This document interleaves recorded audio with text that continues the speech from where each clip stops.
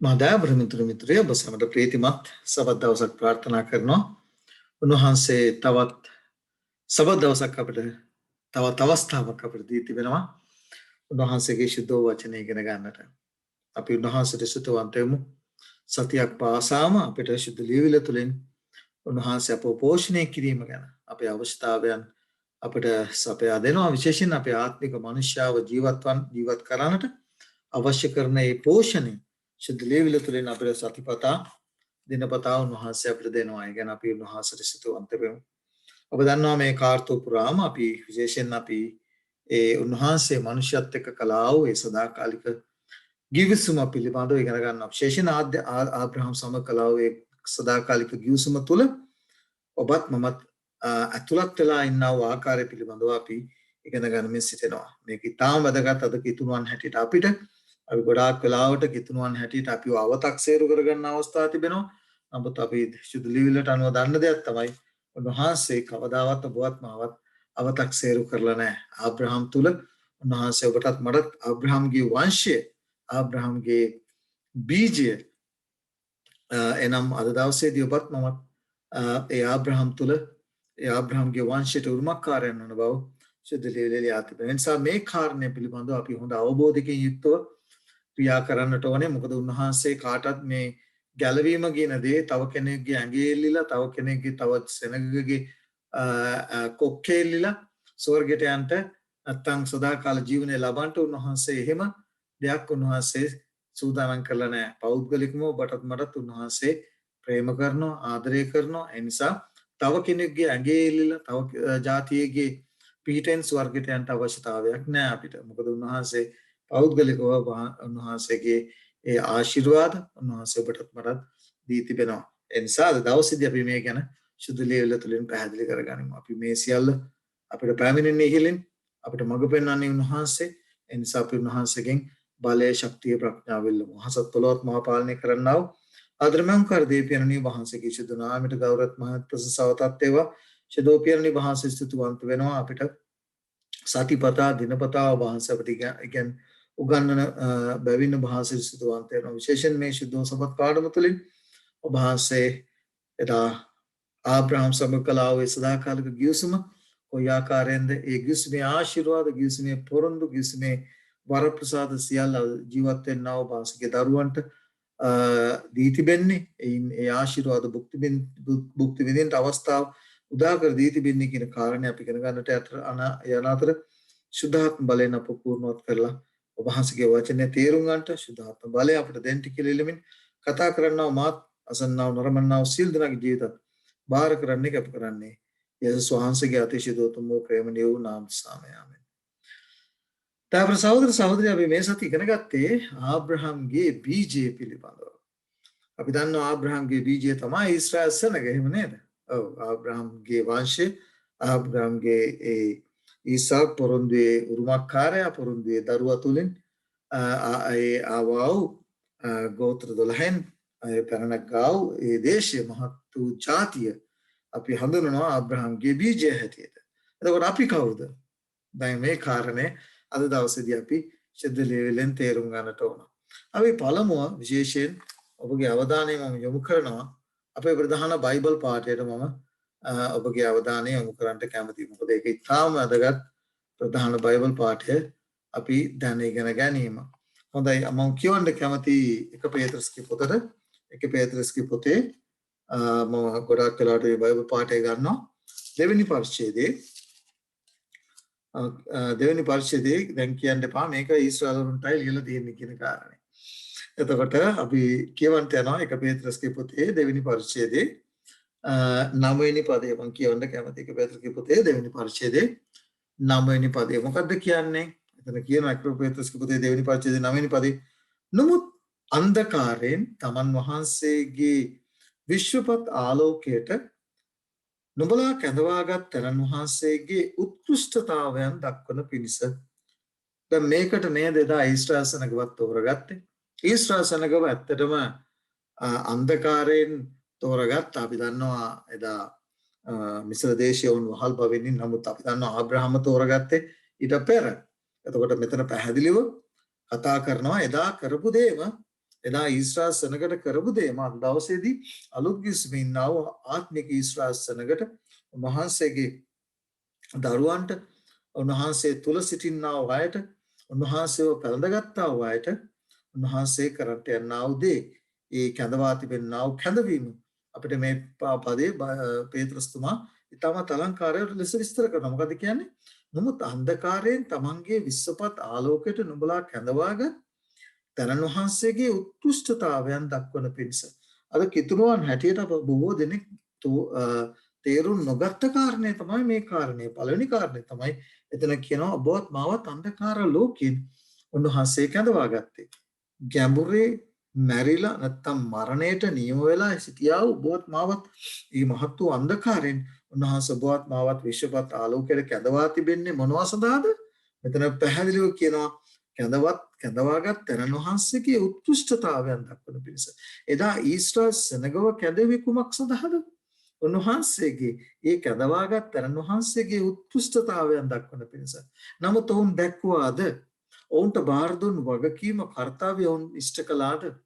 ඉෂ්ට කළා නම් උන්වහන්සේව කුරුසිපත් කරන්නේ නැහැ. මේක අපි තේරුම් ගන්නට ඕන. ඔවුන්ට දුන්නා වූ වගකීම ඔවුන්ව කැඳවුවේ කුමක් සඳහාද? ඒ කැඳවාගත් තැනන් වහන්සේගේ උත්කෘෂ්ඨතාවයන් දක්වන පිණිස පරණ ගිවිසුමේදී කුමක්ද කරේ? ඔවුන්ව රාජකීය පෝජකයෝ කරා, තෝරාගත් වංශයක් කරා, සුද්ධ වූ ජාතියක් කරා දෙවියන් වහන්සේගේ සන්තක සෙනගක් කළා.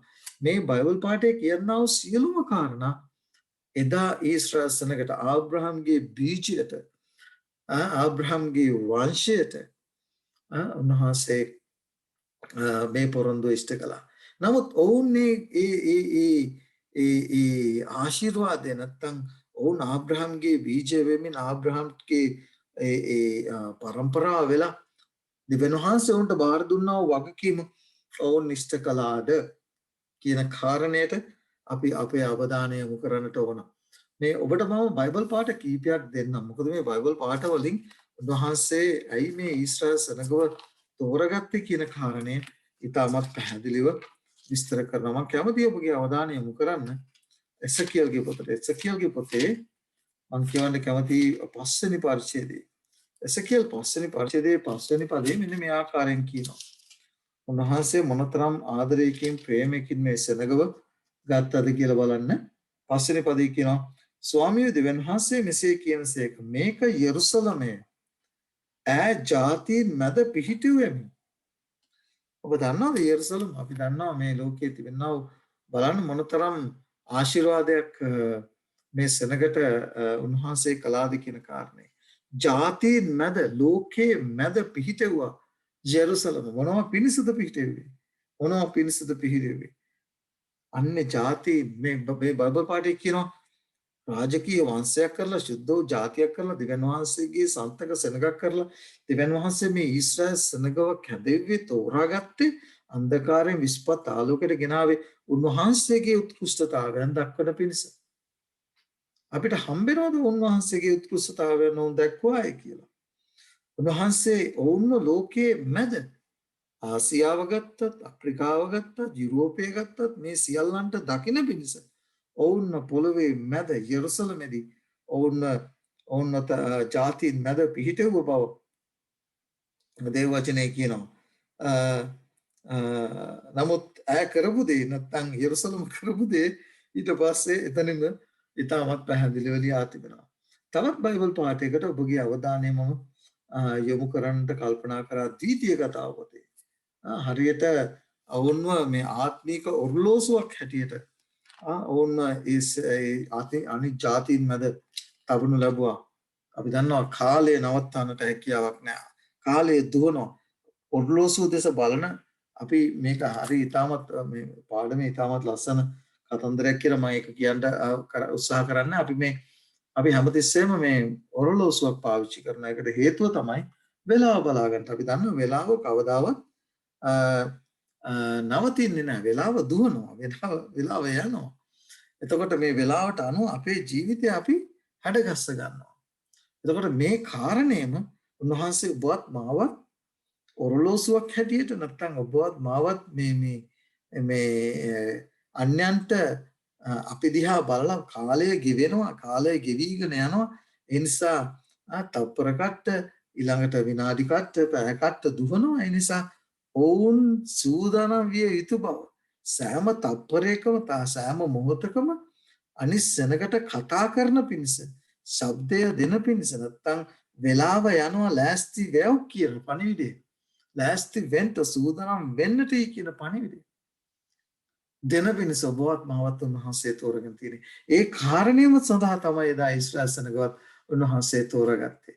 ආබ්‍රහම්ගේ බීජය කරලා ආබ්‍රහම්ගේ වංශය කරලා ආබ්‍රහම්ගේ පරම්පරාව කරලා මහා ජාතියක් බවට පත් කරලා තෝරාගත් වංශයක් රාජකීය පූජකයෝ ශුද්ධ වූ ජාතියක් දෙවියන් වහන්සේ සන්තක සෙනගක් කරලා උන්වහන්සේ සෙනගව තෝරගත්තේ උන්වහන්සේගේ උත්කෘෂ්ඨතාවයන් දක්වන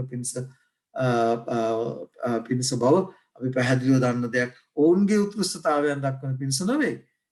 දෙවියන් වහන්සේගේ ඔවුන් තෝරාගත් තනන් වහන්සේගේ උත්කෘෂ්ඨතාවයන් දක්වන පිණිස ජාතීන්ට ආලෝකයක් වෙන්නට ගැලවුම් කාර්යයන්ගේ පැමිණීම සූදානම් කරන පිණිස කනගාටුවට කරුණ නම් ඔවුන් ඒ වගකීම ඉෂ්ට කළේ නැහැ. අපි ඒක පැහැදිලිවම දන්න දෙයක්.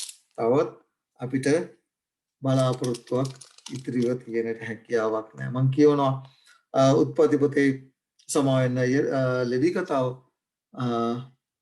බතන තියෙන මම හිතන්නේ ද්විතීය කතාව සමාවෙන්න ද්විතීය කතාව ලෙවි කතාව පොතේ නෙවෙයි ද්විතීය කතාව පොතේ 7 වෙනි පරිච්ඡේදයේ ඔබගේ අවධානය යොමු කරන්නට කැමතියි.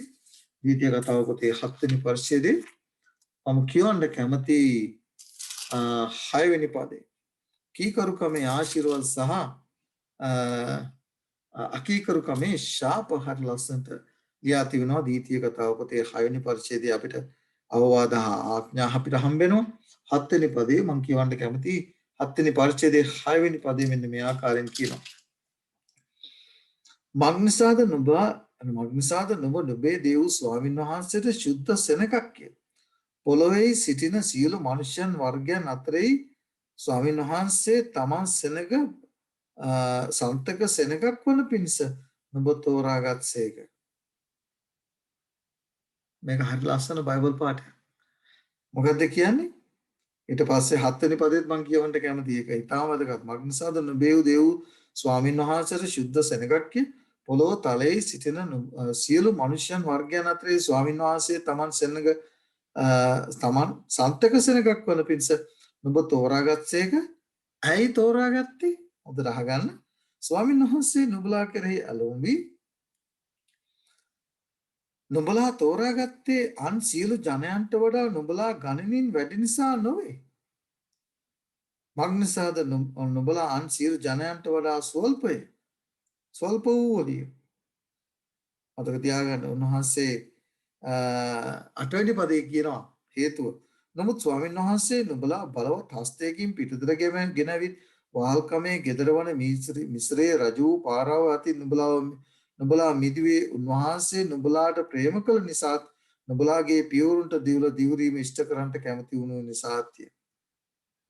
මතක තියාගන්න උන්වහන්සේ මේ ආකාරයෙන් එදා ඊශ්‍රායල් සෙනගව තෝරගත්තේ මොනවා පිණිසද? අන්‍ය ජාතීන්ට දෙවියන් වහන්සේ ආලෝකයක් වන පිණිස. උන්වහන්සේගේ උත්කෘෂ්ඨතාවයන් දක්වන පිණිස. මතක තියාගන්න උන්වහන්සේ මේ වගකීම උන්ට බාර දුන්නා. නමුත් කනගාටුවකට කරන තමයි උන්වහන්සේ බාර දුන්න වගකීම එදා ඊශ්‍රායල් සෙනග ඉෂ්ට කළේ නැහැ. සුවිශේෂිත වූ බීජ. ඒ විතරක් නෙමෙයි උන්වහන්සේ උරුමය මේ බීජයේ උරුමය නැත්තම් බීජයේ ආශිර්වාද සමායන ඒ ගිවිසුමේ ආශිර්වාද උන්වහන්සේ පොරොන්දු වුණා ඊශ්‍රායල් සෙනගට. එසේකියල්ගේ පොතේම 16 වෙනි පරිච්ඡේදය මම කියවන්න කැමතියි. 16 වෙනි පරිච්ඡේදයේ 8 වෙනි පදේ මෙන්න මේ ආකාරයෙන් කියනවා. 16ට මම කියවන්න කැමතියි. මම නුඹ ළඟින් ගොස් බැලූ කල නුඹේ කාලය වන ප්‍රේමී කාලය පැමිණ තිබෙන බව මම හිතන්නේ අපි මේ කාරණේ අපි කියුවා ඊට පෙර පාඩමේ. නුඹේ පැමිණ තිබෙන බව දැක මගේ වස්ත්‍රය නුඹ පිට අතුරා නුඹේ නිර්වස්ත්‍රකම වසා නුඹට දිවුරුම් දී නුඹ සමග ගිවිසුමක් කරගත්තෙමි. ඔබත් මගෙත් මොකද කරේ? නිර්වස්ත්‍රකම උන්වහන්සේ වැසනු ලැබුවා. වසලා අසීමිත ප්‍රේමයකින් උන්වහන්සේ ආදරය කළා. අපි ආත්මික වෛශ්‍යාකම ගැන අපි ඉගෙන ගනිමින් සිටිනවා. ඔබ දන්නවා ඊශ්‍රාසනක මොකද කරේ කියන කාරණේ. දෙවියන් වහන්සේට සේවය කරනවා වෙනුවට ඔවුන් මොකද කරේ? අන්න දෙවිවරුන්ට ආත්මික වෛශ්‍යාකමට ඔවුන් පෙළඹුණා. මම තවත් බයිබල් පාඨයකට ඔබගේ අවධානය යොමු කරන්න කැමතියි. තමා ද්විතීය කතාව පොතේ 28 වෙනි පරිච්ඡේදය. මේ 28 වෙනි පරිච්ඡේදයේ අපි පැහැදිලිවම කල්පනා කරන්න ඕන කාරණයක් තමයි උන්වහන්සේ කීකරුකමේ ආශිර්වාද සහ අකීකරුකමේ ශාප ලියා තිබෙනවා. මම මීට පෙරත් කියපු කාරණයක්. ඊශ්‍රායල් සෙනග උන්වහන්සේ තෝරාගත්ත ජාතියක් හැටියට උන්වහන්සේගේ උත්කෘෂ්ඨතාවයන් දක්වන පිණිස. නමුත් තෝරාගත්තායි කියලා ඒක සදාකාලිකවටම නැත්තම් ඒක ඔවුන් කීකරුණාක් නැතත් ඔවුන් දෙවියන් වහන්සේගේ සෙනග නිසා ගැලවෙන්න යනවායි කියන ඒ අන්ධ විශ්වාසයෙන් අපිට ඉන්ට අවශ්‍යතාවයක් නැහැ. මොකද අපි පැහැදිලිව දකිනවා පරණ ගිවිසුම පුරාම කොහොමද ඊශ්‍රායල් සෙනග දෙවියන් වහන්සේට කීකරුව ඉන්නව අතරේදී ඒ සෙනගට මේ කීකරුකමේ ආශිර්වාද දෙන්න ලැබුවා. දෙවියන් වහන්සේට විරුද්ධව කැරලි ගහලා උන්වහන්සේට ඒ ආත්මික වෛශ්‍යාකමට හැරි ගියා අතරේදී උන්වහන්සේ අන්‍ය රජවරුන්ව පාවිච්චි කළා ඊශ්‍රායල් සෙනග නාස්ති කරලා දාන්න. අමතක කරන්න එපා. මේක තමයි උන්වහන්සේගේ ස්වභාවය. උන්වහන්සේ හැම කාරණයක්ම උන්වහන්සේගේ මනුෂ්‍යයා වත්මමත් දක්වන කීකරුකම මතයි ඒ ආශිර්වාද සහ ශාප රැඳී තිබෙන නිසා ඔබගේ අවධානය මම යොමු කරනවා එස්කේල්ගේ ඒ ද්විතීය කතාව පොතේ 28 වෙනි පරිච්ඡේදයේ පළවෙනි පදේ හොඳට අහගන්න. මෙතන කොන්දේසිය පිට දීලා තියෙනවා. කීකරුකමේ සියලු ආශිර්වාද පොරොන්දුව ඉෂ්ට කරන්ට උන්වහන්සේ පොරොන්දු වෙලා තිබෙන්නේ. ගිවිසුම සම්පූර්ණ කරන්ට ගිවිසුමේ ඒ ආශිර්වාද දෙන්න ප්‍රතිලාභ ලබන්ට ප්‍රතිලාභ උරුම කර දෙන්න ප්‍රතිලාභ උරුම කර දෙන්න පොරොන්දු වෙලා තිබෙන්නේ කුමක් මතද? පොරොන්දුව මත බලන්න. තවද මා විසින් අද නුඹට අනකරන නුඹේ දේව ස්වාමීන් වහන්සේගේ සියලු ආඥා ආරක්ෂා කරන්නට බලා ගන්නා ලෙස උන්වහන්සේගේ හඬට ඕනෑකමින් කන් දෙන්නෙහි නම් මෙන්න කොන්දේසිය මෙන්න කන්ඩිෂන් එක. ඒ නිසා ඒක කීකරුකමේ ආශිර්වාද සහ උරුමය සහ ගිවිසුම මේ සියල්ල රඳා තිබෙන්නේ කොන්දේසිය මත. මොකද්ද කොන්දේසිය? උන්වහන්සේගේ ආඥාවන්ට කීකරුව උන්වහන්සේගේ ආඥා ආරක්ෂා කරන ලෙස බලාගනිමින් උන්වහන්සේගේ හඬට ඕනෑකමින් කන් දෙන්නෙහි නම් පමණයි පොරොන්දු වෙලා තිබෙන්නේ. නුඹේ දේව ස්වාමීන් වහන්සේ පොළොවේ සියලු ජාතීන්ට වඩා නුඹ උසස් කොට තබනසේක. ඒ නිසා වරදවා තේරුම් ගන්නට එපා. උන්වහන්සේ ජාතියක් හැටියට ඊශ්‍රායල් සෙනගව තෝරාගත්තේ උන්වහන්සේගේ උත්කෘෂ්ඨතාවයන් දක්වන පිණිස. ඒ වගේම උන්වහන්සේ ජාතියක් හැටියට තෝර අරගෙන උන්වහන්සේ කියනවා නුඹලා මගේ ආඥාවලට ඕනෑකමින් කන් දෙන්නේ නම් ඕනෑකමින් උන්වහන්සේගේ හඬට ඕනෑකම් කන් දෙනවා නම් නුඹව අන්‍ය ජාතීන්ට වැඩි උසස් කර තබන්නට යනවායි කියන කාරණේ. තාවර සහෝදර සහෝදරිය ඒ නිසා අපි වරද්ද ගන්නට හොඳ නැහැ. මොකද ඒකට හේතුව උන්වහන්සේ දා ඊශ්‍රායල් සෙනගට දුන්නා වූ වගකීම ඔවුන් සෙනගක් හැටියට තෝරාගත්තා. ඒ සේවය ඉෂ්ට කරන්ට ඔවුන් සෙනගක් හැටියට ඒ සේවය ඉෂ්ට නොකරපු නිසා මොකද වෙන්නේ? බලමු 15 වෙනි පදේ. ද්විතීය කතාව පොතේ 28 වෙනි පරිච්ඡේදයේ 15 වෙනි පදේ කියනවා නමුත් මා විසින් නුඹට අනකරන නුඹේ දේව ස්වාමීන් වහන්සේගේ ආඥාද පනත්ද පවත්වන්නට බලා ගන්නා හැටියට නුඹ උන්වහන්සේගේ හඬට කන් නොදෙන්නෙහි නම් මේ සියලු ශාප නුඹ පිට පැමිණ නුඹ අසු කරගන්නේය. සහෝදර සහෝදරිය මේ පරිච්ඡේදයේ පුරාම අපිට හම්බෙනවා කොමක්ද? ඔවුන්ට අකීකරුකමේ ශාපය ඔවුන් පිටට පැමිණුණා. මොකද ඔවුන් අකීකරු වුණා. ඔවුන් දෙවියන් වහන්සේගේ කැමැත්ත කරන්නට පෙළඹුණේ නැහැ. දැන් ඔබට පේනවා ආබ්‍රහම්ගේ සුවිශේෂිත බීජය සහ ඒ උරුමය දේශය දෙනවායි කියලා කිව්වා. දේශය තව ඔබ ද්විතීය කතාව පොතේ 7 වෙනි පරිච්ඡේදයට මම හිතන්නේ බයිබල් පාඩේ මම කිව්වා. ඊළඟට ඔවුන්ට පොළවේ මැද මධ්‍යස්ථයේ ඔවුන්ව තබලා ඔවුන්ට සීල ජාතීන් ඔවුන් උසස් කරන්නට යනවා බව දේශයන් උරුම කර දෙන්නට යන බව උන්වහන්සේ පොරොන්දු වුණා. අනිත් සියලු ජාතීන්ට වැඩිය උසස් කරන්න පොරොන්දු වුණා. මේ සියලු පොරොන්දු මේ සියලු ගිවිසුමේ ආශිර්වාද ඔවුන්ට කුමක්ද කොන්දේසියක් මත ඔවුන්ට දෙනු ලැබුවා. ඒ කොන්දේසිය තමයි කුමක්ද උන්වහන්සේගේ ආඥා ආරක්ෂා කොට උන්වහන්සේගේ හඬට ඕනෑකමින් කන් දීම. ඒක එදත් එකයි අදත් එකයි. එනිසා අපටත් මටත් ඒ ගිවිසුමේ ආශිර්වාද ලබන්නට නම් ඔබත් උන්වහන්සේගේ හඬට ඕනෑකමින් කන් දෙන්න ඕන. උන්වහන්සේගේ ආඥාවන්ට කීකරුව ඔබ ජීවත් වෙන්න ඕන. මේ කාරණේ අපි පැහැදිලිව තේරුම් ගත යුතු කාරණයක්. දානියෙල්ගේ පොතේ 7 වෙනි පරිච්ඡේදයේ 18 වෙනි පදේ මම ඔබට කියනවා එතනත් සෙනගට දෙන්න යනා වූ රාජ්‍ය පිළිබඳව කතා කරනවා 18 වෙනි පදේ. නමුත් මහෝත්තමයන්න් වහන්සේගේ සුද්ධවන්තයෝ කාගේද? මහෝත්තමයන්ගේ සුද්ධවන්තයෝ තමයි අවසානයේදී රාජ්‍ය උරුම කරගන්න යන්නේ. අපි මෙතන අපිට හම්බෙන ආත්මික බීජය ඉත්‍රිය සහ ආත්මික බීජය තමයි ඒ රාජ්‍ය උරුම කරගන්න යන්නේ. එහෙම නැතුව වෙන කවුරුත් නෙවෙයි. වෙන ජාතියක් නෙවෙයි. දෙවියන් වහන්සේ දවසේදී අපි ගලාත පොතේ සිතෝ පවල්තුමා කතා කරනවා ওই කාරණේට අපි අවධානය යොමු කරන්න යනවා. ඒ නිසා එතන කියනවා මහෝත්තමයන්ගේ සුද්ධවන්තයෝ රාජ්‍ය ලැබ සෑම කාලතම සදා කාලතම රජකම් රාජ්‍ය භුක්ති විඳිනවා කියවය. අපේ සහෝදර සහෝදරීන් වහන්සේ අපිට පොරොන්දු වෙලා තිබෙනවා. උන්වහන්සේ අපිට පොරොන්දු වෙලා තිබෙනවා රාජ්‍ය උරුම කර දෙන්නට. උන්වහන්සේ තුල උන්වහන්සේව පළඳගත්තා වූ අයට උන්වහන්සේ පොරොන්දු වෙලා තියෙන රාජ්‍ය උරුම කර දෙන්නට. තම බයිබල් පාඨයකට ඔබගේ අවධානය යොමු කරන්නට කැමති යෙරමියාගේ පොතේ මේ ඊශ්‍රායල් සෙනග සමග කළා වූ මේ ගිවිසුමේ කීකරුකමේ ආශිර්වාද සහ කීකරුකමේ ශාප අර ලස්සනට අපිට හම්බෙනවා 11 වෙනි පරිච්ඡේදයේ මම කියවන්න කැමති 18 වෙනි 8 වෙනි පදේ. 8 වෙනි පදේ හොඳට අහගන්න. මම කියන්නේ යෙරමියාගේ පොතේ 11 වෙනි පරිච්ඡේදයේ 8 වෙනි පදේ. නමුත් ඔහු කීකරු නොවි.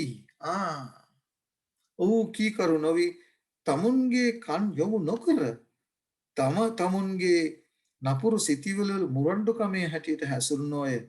ඉන් නිසා කරන්ට මා අනකල නමුත් ඔවුන් නොකලාව මේ ගිවිසුමේ සියලු කාරණා ඔවුන් පිට පැමිණෙන්නේ කියා පන්නයි කීසේක.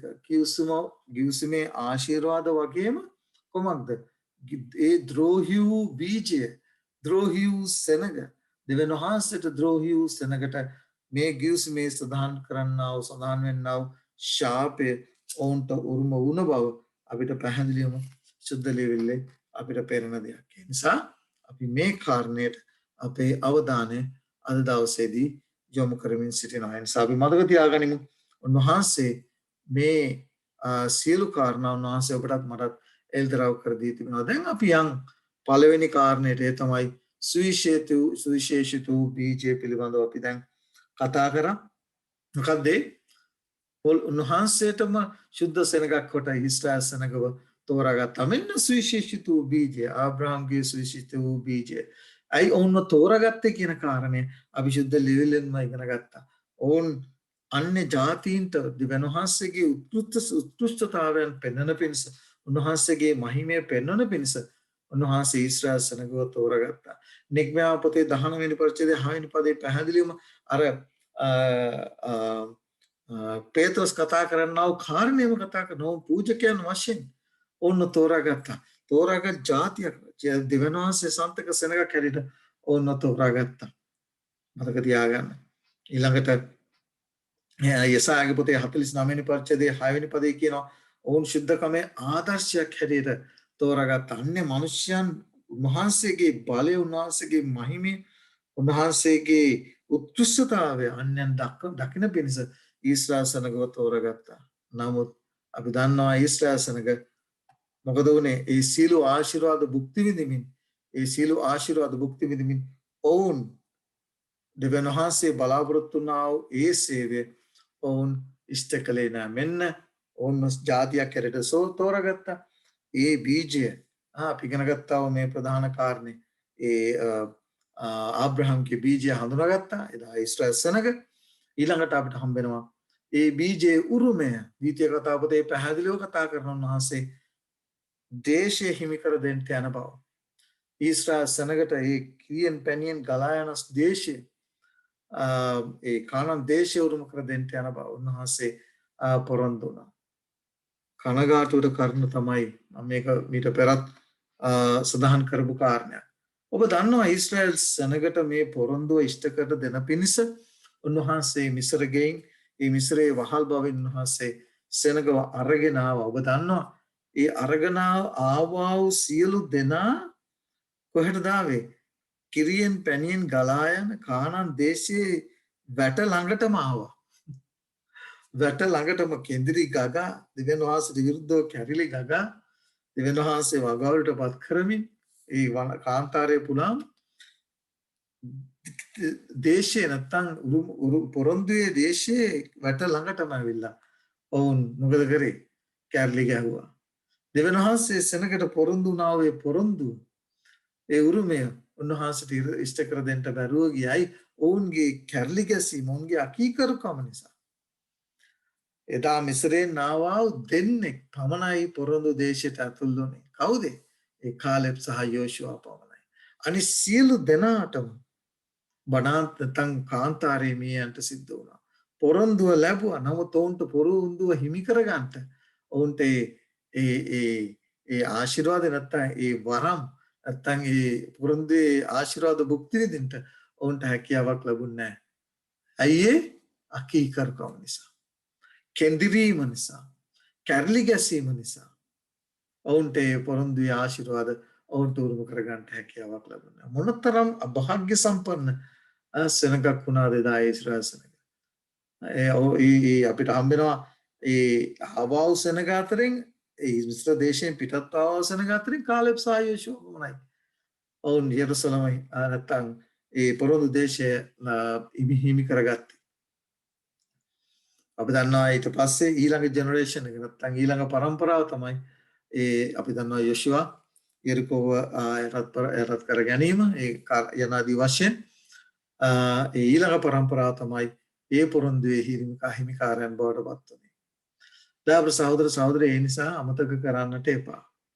උන්වහන්සේ පොරොන්දු වුණායි කියලා උන්වහන්සේ තෝරාගත්තායි කියලා අපි දන්නවා ගෝලයන් අතර උන්වහන්සේ ගෝලකමට තෝරාගත්තා වූ කෙනෙක් තමයි යුදස්.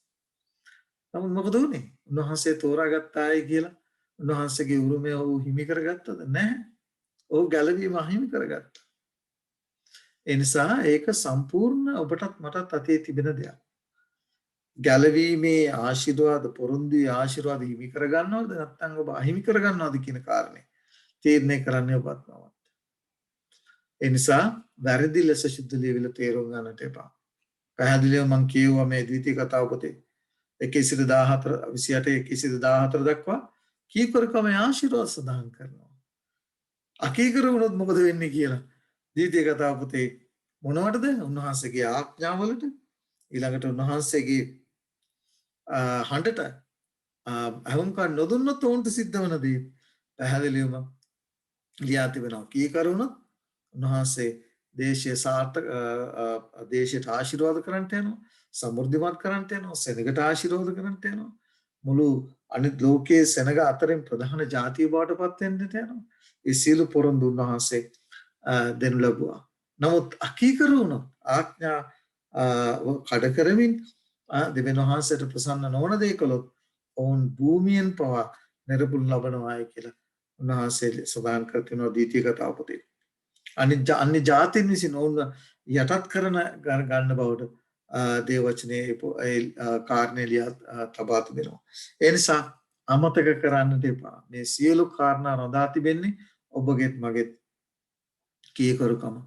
පොරොන්දුවේ උරුමය, ගිවිසුමේ උරුමය මේ සියල්ල රඳා තිබෙන්නේ ඔබගෙත් මගෙත් කීකරුකමද. එදා ඊශ්‍රායල් වලට සිදු වුණේ ඒ කාරණේමයි. දැන් ඔවුන් කලාවේ වෛශ්‍යාකම ද්‍රෝහි වූ ඒ උරුමයට ඔවුන් ද්‍රෝහි වුණ ආකාරය නැත්තම් ඒ ද්‍රෝහි වූ බීජය පරණ ගිවිසුමේ ඊශ්‍රායල් සෙනඟ ඒ ද්‍රෝහි වීම හරියට අපිට හම්බෙන්නේ අපි මේ කාරණය අපි ඉගෙන ගන්නවා ආත්මික වෛශ්‍යකම පිළිබඳව සෙනසුරාදා දවසේදී විශේෂයෙන් ඒ උන්වහන්සේ වෛශ්‍යකමට කොයි ආකාරයෙන්ද සම්බන්ධ කරලා තියෙන්නේ ඊස්ටර් සෙනගව උන්වහන්සේ අතින් අල්ලාගෙන ඇවිල්ලා ඒ ගිවිස් මේ කොටස්කරුවන් කරලා ඊට පස්සේ ඔවුන් අත ගසලා දාලා උන්වහන්සේගේ ස්වාමි පුරුෂයා එතන පැහැදිලිවම මෙතන කියනවා යර්මියාගේ පොතේ 3 වෙනි පරිච්ඡේදයේ 20 වෙනි පදේ ඊශ්‍රායල්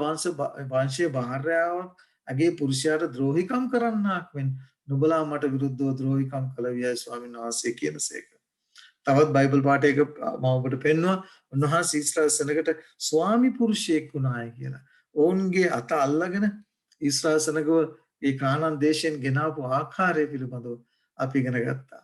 එහෙනම් උන්වහන්සේ මෙපමණ මහත් ආශිර්වාද කරලා තෝරාගත් ජාතියක් කරලා රාජකීය පූජකයන් කරලා සිද්ධ වූ ජාතියක් කරලා දෙවියන් වහන්සේ සන්තක සෙනග කරලා කලාව මේ බීජය මේ සෙනග උන්වහන්සේට ද්‍රෝහී වුණා. උන්වහන්සේට විරුද්ධව කැරලි ගැව්වා. උන්වහන්සේ ඉදිරියේ ආත්මික කාම මිච්ඡාචාරයට හැරී ගියා. තාවර සහෝදර සහෝදරිය මේ කාරණේ නිසා උන්වහන්සේ බලාපොරොත්තු වූ කාරණේ උන්වහන්සේට ඔවුන් තුළින් ඉටු කර ගන්නට ඒ ඉෂ්ට කරන්නට හැකියාවක් ලැබුණේ නැහැ. නමුත් අපි දන්නවා ඒ දේම තමයි ඔබටත් මටත් අද දවසේ සිද්ධ වෙන්නේ. ඔබත් මමත් මුරණ්ඩු වෙලා අකීකරු වෙලා දේව පනත් වලට දේව ආඥා වලට උන්වහන්සේගේ සුද්ධ උදාස ආඥා පනතට ඒ ගැන සුළුවෙන් සිතලා ඔබ මේ කාරණා මේ විදියට නැත්නම් එදා ඊශ්‍රායල් සෙනග කරපු දේම ඔබත් කළොත් ඔබට හිමියෙන්නේ ඊශ්‍රායල් සෙනග සිද්ධ වෙච්ච කාරණේම තමයි. ඒ නිසා ඒ කාරණේ අපි තේරුම් ගන්නට අවශ්‍යයි. දැන් අපි යනවා ඉතිරිය පිළිබඳව අපේ අවධානය යොමු කරන්නට විශේෂයෙන් මේ වංශයේ ඉතිරිය පිළිබඳව සුද්ධ ලිවිල්ලේ පැහැදිලිව සඳහන් කරනවා. මම කැමති රෝම පොතේ ඒ තිබෙනා වූ බයිබල් පාඨයට ඔබගේ අවධානය යොමු කරලා රෝම පොතේ 11 වෙනි පරිච්ඡේදයේ අපිට හම්බ වෙනවා කුමක්ද? එසේම මේ කාලයේදී උන්වහන්සේට මේ ඉතිරිය හිටියා සෑම කාලයකදීම. අපි දන්නවා මේ ඉතිරිය ඊශ්‍රායල් සෙනග අතර පවා එදා යෝසෙප් සහ ඔහුගේ පවුල ඉතිරිය හිටියා දෙවියන් වහන්සේට නමස්කාර කරමින්. ඊළඟට අපි දන්නවා ඒ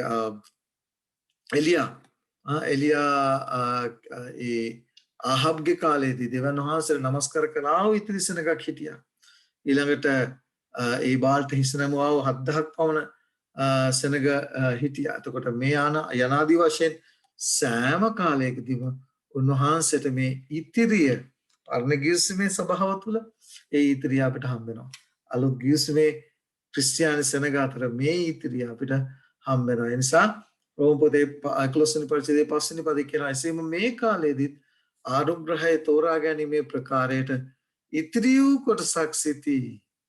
ඉතිරි වූ කොටසක් සිටී. මේ ඉතිරිය කොමක්ද කියන කාරණේ අපි සොයා බලන්නට ඕන. යෝහන් පොතේ පැහැදිලිව 10 වෙනි පරිච්ඡේදයේ 27 සිට 28 දක්වා ඔබ කියවොත් උන්වහන්සේ හරි ලස්සන බයිබල් පාඩයක් එක මම කියවන්න කැමති. උන්වහන්සේ අලුත් ගිවිසුමේ උන්වහන්සේ කතා කරනවා උන්වහන්සේගේ ඉතිරිය සම්බන්ධව, උන්වහන්සේගේ සභාව, උන්වහන්සේගේ රැළ සම්බන්ධව යෝහන් 10 වෙනි පරිච්ඡේදයේ යෝහන් 10 වෙනි පරිච්ඡේදයේ මම කියවන්න කැමති 27 සහ 28. එතන කියනවා මගේ බැටළුවෝ මාගේ හඬ අසති. මමද ඔවුන් අඳුනමි. ඔව් මා පස්සේ එති. මම ඔවුන්ට සදාකාල ජීවනය දෙමි. ඔව් කිසි කලකත් විනාශ නොවන්නෝය.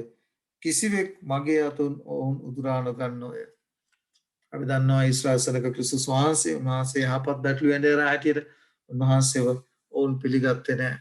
උන්වහන්සේ ඔවුන් ප්‍රතික්ෂේප කළා. උන්වහන්සේ ඔවුන් කුරුසිපත් කළා. උන්වහන්සේ ඉදිරියේ ඔවුන් කෑ ගහලා කිව්වා මොහුගේ ලේ අප පිටත් අපගේ දරුවන් පිටත් පැමිණේවායි කියලා. ඔවුන්ගේ විනිශ්චය ඔවුන්ටම බාරගත් ඔවුන් උන්වහන්සේව කුරුසිපත් කළා. බරබ්බස්ව සාතන්ව තමන්ගේ ස්වාමියා හැටියට පිළිගනු ලැබුවා. මොනතරම් අභාග්‍ය සම්පන්න ජාතියක් බවට පත් වුණාද ඔවුන්. අපේ සහෝදර සහෝදරයන් අපි මේ කාරණා අපි තේරුම් ගනිමු. උන්වහන්සේ ඔබටත් මටත් ආරාධනා කර තිබෙනවා මෙන්න මේ කොටසට ආйти වෙන්නට. ඒ තමයි ආත්මීක බීජේ කොටසක් බවට පත් වෙන්නට මේ කාරණේ තමයි ශුද්ධ පෞල්තුමා කතා කරන්නේ. මොකද ඊශ්‍රායල් සෙනග එදාත් හරි ආඩම්බරෙන් කතා කර අලුත් ගිවිසුමේ මේ ක්‍රිස්තුස් වහන්සේව පිළිගන්න නොගත්ත අවසර. ඒ වචනේ කියනවා යොහන් පොතේ පුත්‍රයා ඇත්තාට සදාතන ජීවනය ඇත. පුත්‍රයා නැත්තාට සදාකාල ජීවනය නැත. ඒ නිසා අපි පැහැදිලිව දන්නවා පුත්‍රයාව පිළිගැනීමෙන් පුත්‍රයාව පැළඳ ගැනීමෙන් පමණයි මිනිසෙකුට සදාකාල ජීවනය ලැබෙන්නේ. ඒ වංශයේ උරුමකාරයන් බවට පත් වෙන ගලාති පොතේ 3 වෙනි පරිච්ඡේදය මම කියන්න කැමති 29 වෙනි පදේ පැහැදිලිව කියනවා. ඉතින් නුඹලා ක්‍රිස්තුස් වහන්සේගේ නම් නුඹලා ආබ්‍රහම්ගේ වංශයේද පොරොන්දු ලෙස උරුමකාරයද වන්නෝය. කවුද මේ කතා කරන්නේ? ශුද්ධ පෞල්තුමා කතා කරන්නේ. ඒ නිසා මේක වරද්දා තේරුම් ගන්නට එපා. ඔබටත් උන්වහන්සේ දී තිබෙන්නේ අද දවසේදී එදා ඊශ්‍රායල් සෙනගට දුන්නු තැනමයි.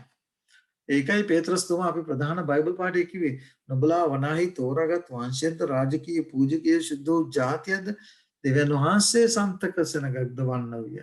එදා ඊශ්‍රායලන්ට දුන්නා මේ සුද්ධ වූ වරප්‍රසාද ඒ සියල්ලම උන්වහන්සේ ඔබටත් මටත් දී තිබෙනවා. විශ්වපත් අන්ධකාරයෙන් උන්වහන්සේගේ උත්කෘෂ්ඨතාවයන් දක්වන පිණිස ඔබවත් මාවත් අන්ධකාරයෙන් විශ්වපත් ආලෝකයට කැඳවා තිබෙනවා. ඊට පස්සේ කියනවා නුඹලා වනාහි තෝරාගත් වංශය රාජකීය පූජකීය සුද්ධ වූ ජාතියක් දෙවියන් වහන්සේ සන්තක සෙනගක් ඇටියට ඔබවත් මමවත් උන්වහන්සේ අද දවසේදී තෝරගෙන තිබෙනවා. ආබ්‍රහම් තුල ආබ්‍රහම්ගේ වංශය නම් ක්‍රිස්තුස් වහන්සේ තුල ඔබ ගල තිබෙන ආබ්‍රහම්ගේ වංශයේ උරුමයට ඔබවත් මමවත් උරුමකාරයන් කර තිබෙනවා. ඒක තමයි මෙතන කියන්නේ 20 වෙනි 29 වෙනි පදේ. ඉතින් නුඹලා ක්‍රිස්තුස් වහන්සේගේ නම් නුඹලා ආබ්‍රහම්ගේ වංශයේද පොරොන්දුව ලෙස උරුමකාරයද වන්නෝය. ඒ නිසා මේ කාරණය වර්ධි ලෙස තේරුම් ගන්නට එපා. මොකද එතන පැහැදිලිවම ශුද්ධ ලියවිල්ල පැහැදිලිව විස්තර කරනවා ගලාති පොතේ ශුද්ධ පෞල්තුමා කොයි ආකාරයෙන්ද ඔබත් මමත් ආබ්‍රහම් තුල බෞතිස්ම වන විට ගලාති පොතේ 3 වෙනි පරිච්ඡේදයේ 27 වෙනි පදේ කොහොමද කියන්නේ? මම කියනවා 25 වෙනි පදේ ඉඳන් නමුත් දැන් ඇදහිල්ල පැමිණ තිබෙන බැවින් අපි තවත් ගුරුවරයෙකු යටතේ නොවමු. මන්සාද නුඹලා සියල්ලෝම ක්‍රිස්තුස් වහන්සේගේ කෙරෙහි තුල ඇදහිල්ල කරන කොටගෙන දෙවියන් වහන්සේගේ පුත්‍රයෝය. එදා ඊශ්‍රායල් සෙනගට ඒ පුත්‍රකම දුන්නා. නමුත් ඒ ක්‍රිස්තුස් වහන්සේ කරන කොටගෙන ඒ ගලාති පොතේ කතා කරන්නා වූ බෙදර කියනවා ආබ්‍රහම්ගේ වංශයේ යේසුස් ක්‍රිස්තුස් වහන්සේ බව ගලාති පොතේ 3 වෙනි පරිච්ඡේදයේ 17 වෙනි පදේ කියනවා. එතකොට මේ වංශය කරන කොටගෙන කොහොමද කරලා තියෙන්නේ? මේ පුත්‍රකම අද දවසේදී ඔබටත් මටත් උරුම කර දී තිබෙනවා. වග්නසාද නුඹලාගෙන් ක්‍රිස්තුස් වහන්සේ තුළට බෞතිස්ම කරනු ලැබූ සියල්ලෝ ක්‍රිස්තුස් වහන්සේ පැළඳගත්තෝය. මේක තමයි රහස දායක සහෝදර සහෝදරිය. වෙන කිසි රහසක් නැහැ. ඔබටත් මටත් මේ පොරොන්දුවේ මේ උරුමේ නැත්තම් මේ ගිවිසුමේ කොටස් කරවන් වෙන්නට නම් එදා ආබ්‍රහම් සමග කළා වූ ගිවිසුමේ කොටස් කරවන් වෙන්නට නම් ඔබත් මමත් කළ යුතු දෙයක් තිබෙනවා. ඒ කුමක්ද? ක්‍රිස්තුස් වහන්සේව පැළඳ ගැනීම. උන්වහන්සේ තුල තමන්ගේ ජීවිතය අපේ ජීවිතය වෙනස් කරගෙන උන්වහන්සේ ඔබවත් මාවත් කැඳවලා තිබෙන කාරණේ හැම තිස්සෙම අපේ මනසේ තියෙන්නට ඕන. විශ්වපත් ආලෝකයට අන්ධකාරයෙන් ඔබවත් මාවත් කැඳවලා තිබෙන්නේ කුමක්ද පිළිබඳව ගොමක් සදාද උන්වහන්සේගේ උත්කෘෂ්ඨතාවයන් දක්වන පිණිස තමයි ඔබවත් මමත් රාජකීය පූජකයෙක් කරලා ශුද්ධ වූ ජාතියක නැත්නම් දරුවෙක් කරලා දෙවියන් වහන්සේ සන්තක සෙනගක් කොට උන්වහන්සේ ඔබවත් මමවත් තෝරගෙන තියෙන්නේ. ඔබත් මමත් උන්වහන්සේ බාර දීලා තිබෙන වගකීම නම් උන්වහන්සේගේ උත්කෘෂ්ඨතාවයන් දක්වන්නේ නැත්නම් මතක තියාගන්න. එදා ඊශ්‍රායල් සෙනගට වෙච්ච දේම තමයි ඔබටත් මටත් ඉදිරියේදී වෙන්න යන්නේ. ඒ නිසා මේ කාරණේ අපි තේරුම් අරගෙන උන්වහන්සේ ඔබටත් මටත් බාර දීලා තිබෙනා වූ ඒ වගකීම මොකද්ද වගකීම? අපේ දෙවියන් වහන්සේගේ උත්කෘෂ්ඨතාවයන් දක්වන්නට ඕන. අපි මොන දෙයක් කළත් ඒ වචන එකයි කියන්නේ එබැවින් නුඹලා කතත් බොතත් වෙනයන් දෙයක් කරතත් ඒ සියල්ල දෙවියන් වහන්සේගේ උත්කෘෂ්ඨතාවයන් දක්වන පිණිසයි අපි කරන්නට ඕනේ. මේ කාරණේ තමයි ඔබටත් මටත් ආත්මික බීජය හැටියට ආබ්‍රහම් තුල නැත්තම් දෙවියන් වහන්සේගේ දරුවන් හැටියට ඔබටත් මටත් දී තිබෙනේ වාක්‍ය මිෂ්ඨ කරන පිණිස උන්වහන්සේගේ කරුණාව ආශිර්වාද ඔබට ලැබේවා ඔබටත් මටත් ලැබේවා කියලා අපි ප්‍රාර්ථනා කරන ඔබ සමග ජේසුස් පිටයි.